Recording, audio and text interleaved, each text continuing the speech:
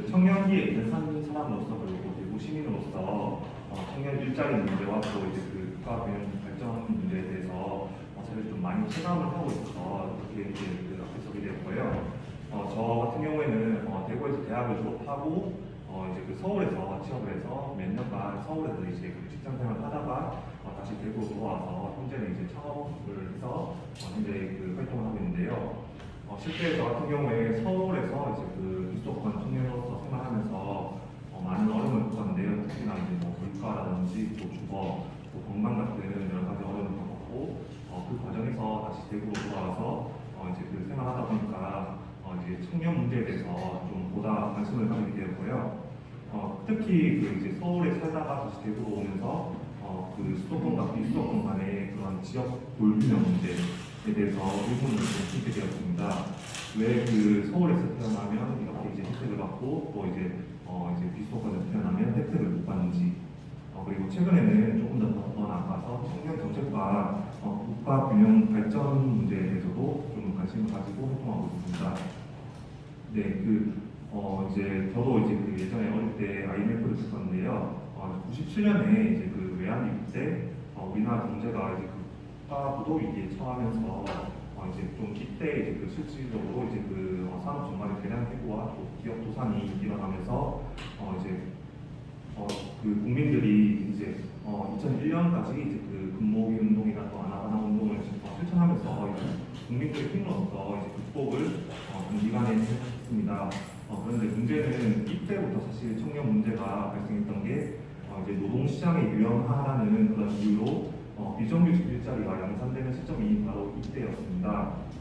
특히나 외환위기 극복 이후에도 이러한 부작용들이 계속 이어져서 높은 청년 실업률과 그리고 불안정한 비정규직 문제가 양산되면서 이제 외환위기 극복 이후가 오히려 더 이제 어려워지는 그런 이제 계기가 되었기도 한데요. 이런 문제들이 현재까지도 계속 지속 중이라는 게 가장 큰 문제라고 생각합니다. 2004년에는 전 국가적인 문제로 청년 실업 문제가 계속 이제 격차가 되다 보니까 정부에서도 청년 일자리 문제 해소를 위해서 청년 실업 해소 특별법이라는 현재의 청년 고용 촉진 특별법을 제정하게 되는데요. 사실 특별법이라는 게 현시법이라서 이제 그 계속적으로 이어지는 법은 아니지만 이게 2004년부터 현재까지 이어진다는 그런 이제 특별법이 계속해서 이제 일반적인 법과 거의 문등하게 이제 이어지고 있습니다. 특히나 현재 이제 대구시 같은 경우에는 이제 다른 지역보다도 이제 산업 구조의 문제로 이제 그 일자리 문제가 가장 큰데요. 이 일자리 문제가 단순하게 일자리 문제를 넘어서 이 인구 구조에도 이제 큰 영향을 발생시키고 있습니다.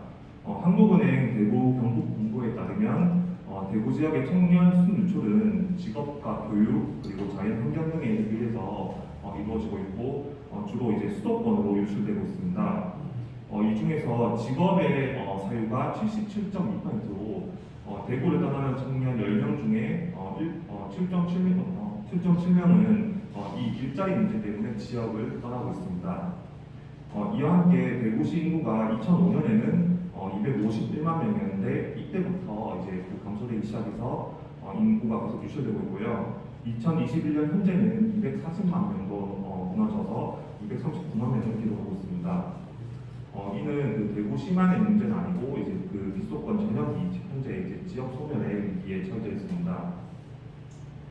대구시는 다들 아시겠지만 지역 내 이제 그 다른 특방역시처럼 대기업이 없고 또 이제 지역 1인당 지역 내 총생산인 GRDP가 또 전국 최저이고 임에도 불구하고 이제 대구 같은 경우에는 이제 비교적 이제 소득 대비해서는 또 소비는 굉장히 많은 곳입니다.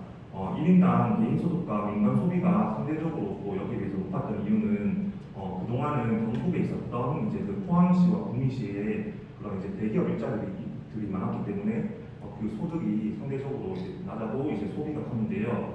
그러나 최근에 이제 그런 이제 정부의 규제 완화와 또 일자리 정책의 또 변화로 인해서 이제 그 잘 아시는 구미시에 있었던 삼성전자 구미 1사업장이 경기도 수원으로 이전하고, 네, 이 사업장이 베트남으로 대량으로 이전하고, 그리고 또 LG 디스플레이 구미 공장이 경기도 파주로 이제 대거 이전하면서 이제 그 구미의 일자리가 이제 많이 줄어드는 등으로 해서 대구에 있는 청년들이 이제 그 구미로 이제 일자리를 되었고요.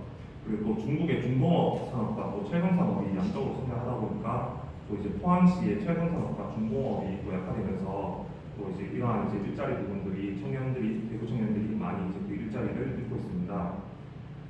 이러한 문제를 사실 이제 그 현실적으로 이제 그 청년의 입장에서 가장 와닿는 거는 이제 지역 대학 취업률인데요.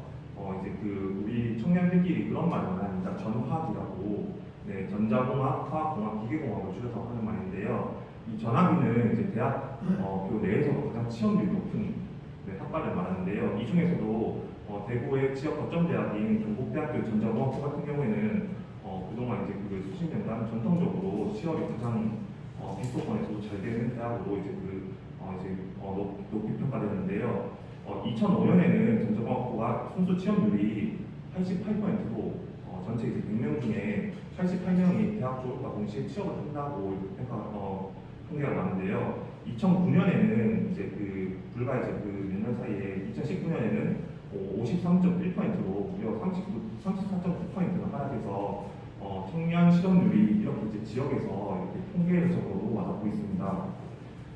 현재 이제 여전히 대구 지역 뿐만 아니라 대구 지역 인근에 있는 대기업들이 수도권으로 현재 이전을 또 추가적으로 할 예정이고 또 해외로도 지금 코로나 때문에 잠시 정지되었지만 또 이전할 계획을 발표하고 있습니다. 그럼에도 불구하고 우리 사회는 어려운 비수도권 지역 여건 해소하기 위해서 지난 2004년 이제 국가균형발전특별법을 제정하여서 수도권에 소재하였던 정부기관이나 공공기관, 공기업들을 이제 행정중심 복합도시인 세종시를 비롯해서 비수도권 전역으로 혁신도시라는 이름으로 이제 분산 배치하고 있습니다. 그럼에도 고용 창출이 실질적으로 이루어지는 각종 국책 사업과 기업의 공장 시설의 선정 등은 또 수도권으로 정부가 이제 허가를 주고 있습니다.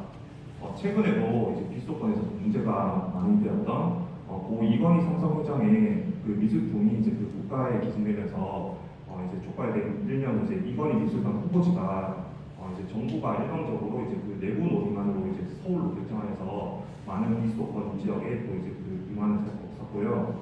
그리고 또 중소벤처기업부는 최근에 대전시가 제안한 K바이오 랩허브 사업을 오히려 이걸 비수도권에 무시한 게 아니라 인천으로 결정하면서 또 이제 대전시를 비롯해서 비수도권들의 또 많은 이제 그런 노력을 물거품으로 만든 바 있습니다.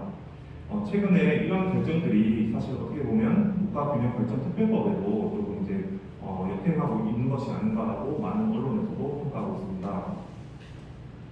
수도권은 사실 수도권대로 몰려드는 인구를 그대로 흡수하고 있고 또 전철 노선과 또 도로망 그리고 대중교통 그리고 끊임없이 신도시들을 수도권에 집중해서 개발하고 있습니다. 수도권이 블랙홀처럼 비수도권 인구와 또 성장 기회 또 흡수하는 과정에서 비수도권은 지역 소멸을 공유하고 있으나 뚜렷한 대안이 없이 이제 그 비수도권이 계속 이제 소멸하고 있는 단계에 있습니다. 그럼에도 국가 정책은 여전히 수도권 중심적이고 경로 의존성인 그 관성에 사로잡혀 있고 또 이를 해결하기 위해서 보다 적극적이고 파격적인 결단을 전혀 내리지 않고 있는 상황입니다. 아까 이효수 총장님께서 말씀하셨듯이 일자리는 결국에 민간에서 만드는 것입니다. 그렇다면 지역별로 국내 기업 유치 또는 리쇼어링 정책도 중요하지만 그 외로 또 이제 사실 글로벌 사회다 보니까 해외 기업 유치도 이제 충분히 가능한 시대입니다.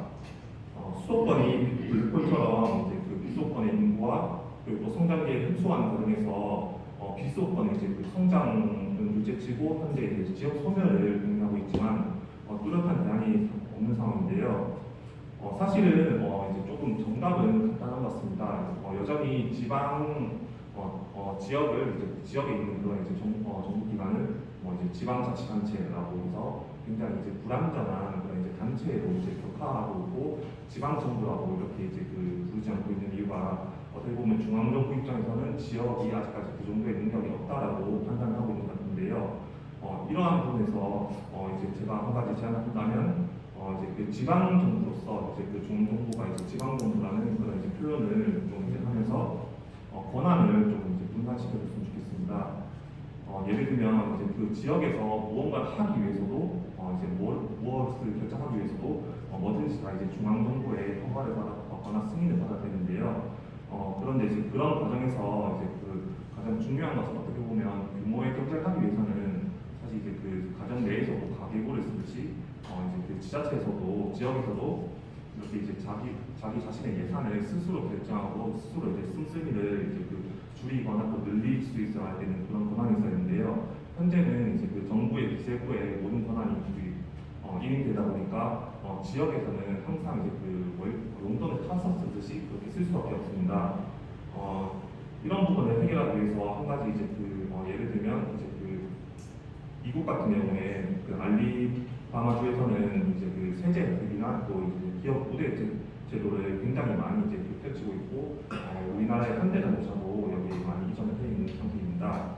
네, 기업을 이제 유치하기 위해서는 사실상 가장 큰 것은 기업 입장에서 법인세와 그리고 또 이제 부가세 같은 그런 부분들인데요. 이런 부분들이 전적으로 국세로 한정되어 있다 보니까 지역에서는 결정관이 없습니다. 만약에 지역에서 법인세나 부가세에 대해서 결정할 수 있는 권한이 있고 만약에 기업 유치 과정에서 우리 지역의 경우에 법인세를 이렇게 줄여주겠다라고 하는 그런 파격적인 조치가 있다면 분명히 해외나 또 타 지역에 있는 기업도 올 수 있을 거라고 생각합니다.